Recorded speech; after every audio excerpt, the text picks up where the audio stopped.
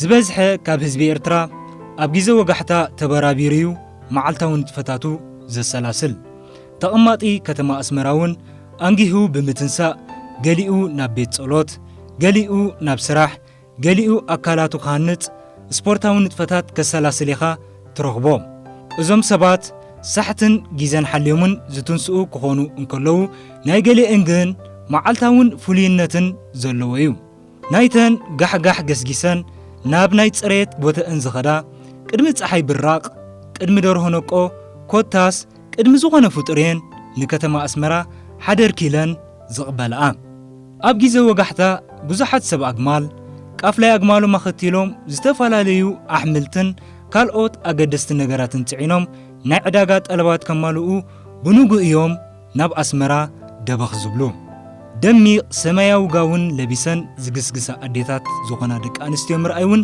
ሓደ ካብቶም አንጊህካ ምስ ተንሳእካ ጎፍ ክብልኻ ትጽበዮም ክስተታት እዮም እዘን ኣንስቲ ነቲ ኣብ ገደናታት ኣስመራ ተጓሒፉ ውዒሉ ዝሓደረ ቆጽሊ መጽልን ጎረቓቕትን ከጽርያ እየን አንጊሄን ዝወፍራ ዘለዋ ኣጋ ምሸት ምስ ከተማ ኣስመራን ጎደናታታን ከዋግዕ ዘምሰየ ሰብ ኣጋ ወጋሕታ ተንሲኡ ዕላሉ ክቕጽል ምዝደሊ ኣስመራ ካልእ መልክዕ ሒዛ ተጸንሓቶ ክግረም የብሉን ዕድመ ነተን ንጎ ተንሲአን ገጻ ሓባቢሰን ወጅሃ ዝመልሳላ ደቂ ኣንስትዮ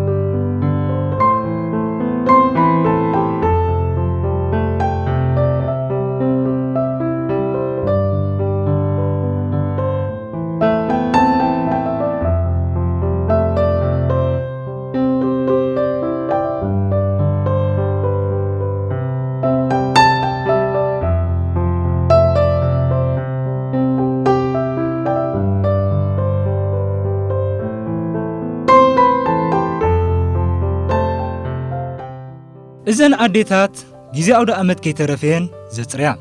ሓንታ ኣደ ክሳብ 1 ኪሎ ሜትር ዝሽፍን ቦታ ከተጽርዩ ዕማም ዝወሃባ ዝኾነ ነባር እዛ ከተማ ከይተንሰአ ብንግህኡ ገስጊሳ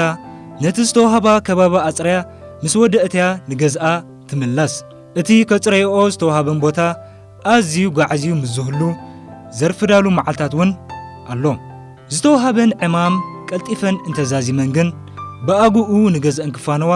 ዕድል ኣለወን ሓንቲ ናይ ጽሬት ሰራሕተኛ መዓልታዊ ክሳብ ናይ 4 ሰዓታት ዝወስድ ስራሕያ ተሰላስል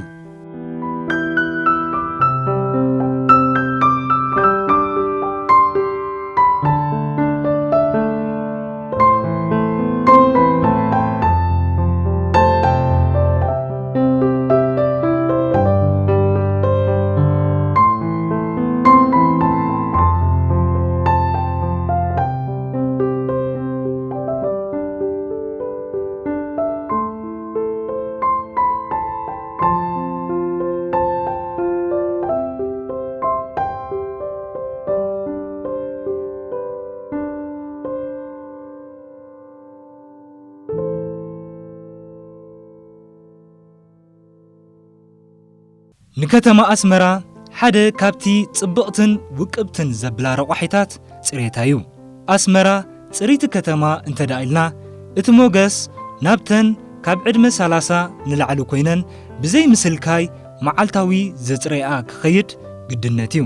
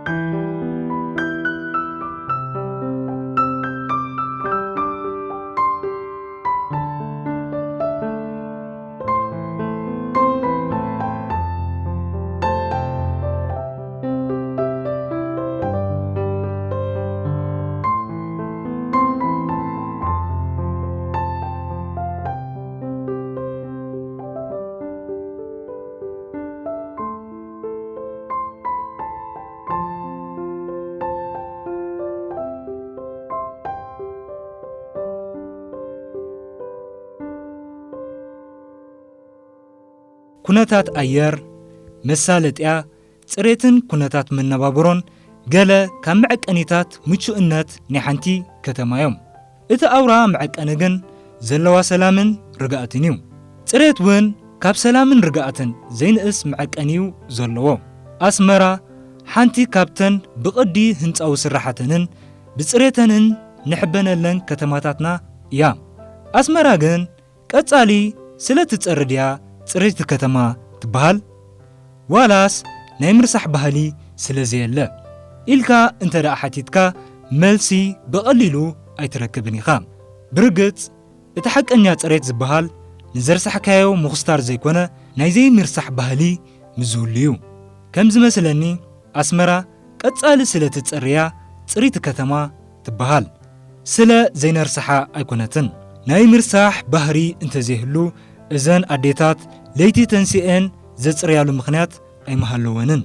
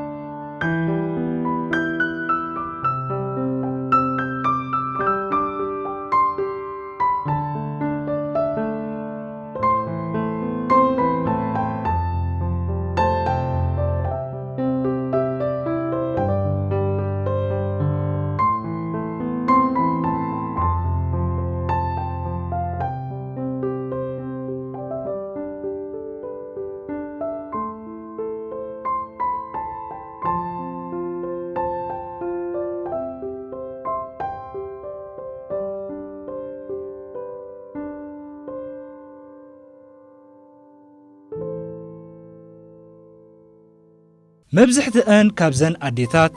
ኣብዚ ሞያ ናይ ልዕሊ 25 ዓመታት ተመክሮ ዘለወን እየን። እዚ ናይ ጽሬት ስራሕ ከም ሞየአን ሓሲበን ክሰርሓሉካ ዝተቐበልኦ እንተኾና ዘይዕግበተን ዝገልጻሉ ገለገለ ነገራት ግን ኣለወን። ብቓላተን ከም ዝብልኦ ኣጽሬን ምስ ወዳኣ ገለ ጻዕረንን ድኻመንን ዘይርድኡ ዘይሓላፍነታውያን ሰባት ከባላሽውለን ስለ ዝረኣዩ እየን ቀጻሊ መረረአን ዝገልጻ። እቲ ንሳተን ዝገብርኦ ዘለዋ ነገራት ኣቦትኡ እናሃለወ ህዝቢ እውን ድኻመን ተረዲኡ ክተሓባበረን ከም ዘለወን ዝዛረባ።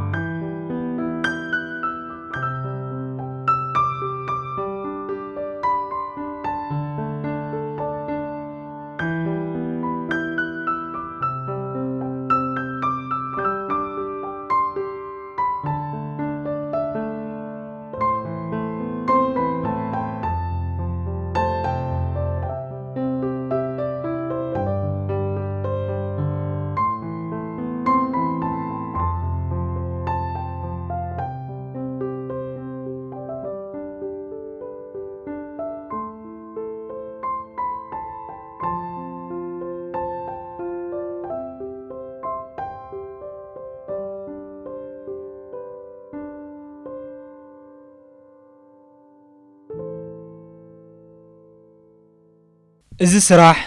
ምስ ርስሓትን ጓሓፍን ዝተሓሓዝ ስለ ዝኾነ ኣዴታት ግቡእ ጥንቃቐ ገይረንን ስርሐን ዘሰላስላ ጓንትን ማስኬራን ካልእን ተጠቒመንን ርስሓት ዝእክባ ነቲ ብኸምዚ ኣገባብ ዝኣከብኦ ርስሓት ድማ መወዳእትኡ ኣባጎኒ ጽዒነን ኣብታ ንናይ ጓሓፍ መእከቢ ተባሂላ ዝተዳለወት መኪና ጽዒነን ናብ ስካሪኮ ተባሂሉ ዝፍለጥ ኣብ ከባቢ ቤት ገርጊስ ዝርከብ ስፍራ ከይድዩ ዝቃጸል